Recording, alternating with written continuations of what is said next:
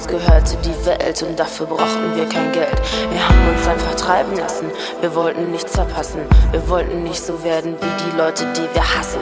Nur ein Blick von dir und ich wusste genau, was du denkst, was du fühlst. Dieses große Vertrauen unter Frauen, das hat mich umgehauen. Es war völlig klar, ich konnte immer auf dich bauen. Keine Party ohne uns, immer mitten rein, da zu sein, wo das Leben tobt, ohne jedes Verbot. Sie war geil, diese Zeit, wir waren zu allem bereit. Und wenn ich heute daran denke und es tief in mir schreit, tut es mir leid, dass ich nicht härter zu dir war, denn ich ahnte die Gefahr. Sie war da, sie war nah, sie war kaum zu übersehen. Doch ich wollte nicht verstehen, der Wind hat sich gedreht, es ist zu spät. Und warum?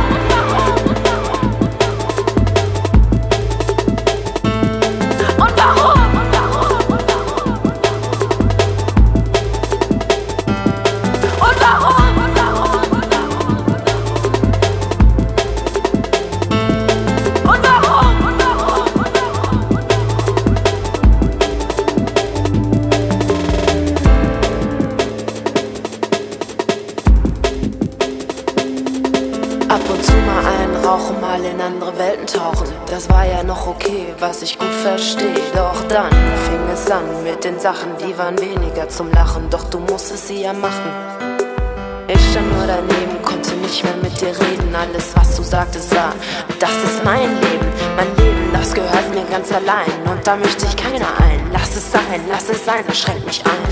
Ich sah dir in die Augen, sie waren tot, sie waren leer. Sie konnten nicht mehr lachen, sie waren müde, sie waren schwer. Du hattest nicht mehr viel zu geben, denn in deinem neuen Leben hattest du dich voll und ganz an eine fremde Macht ergeben. Geld, Geld, Geld, nur für Geld hast du dich gequält, um es zu bekommen. Wie gewonnen, so zerronnen, dafür gingst du auf den Strich. Aber nicht für dich, sondern nur für deinen Dealer mit dem Lächeln im Gesicht.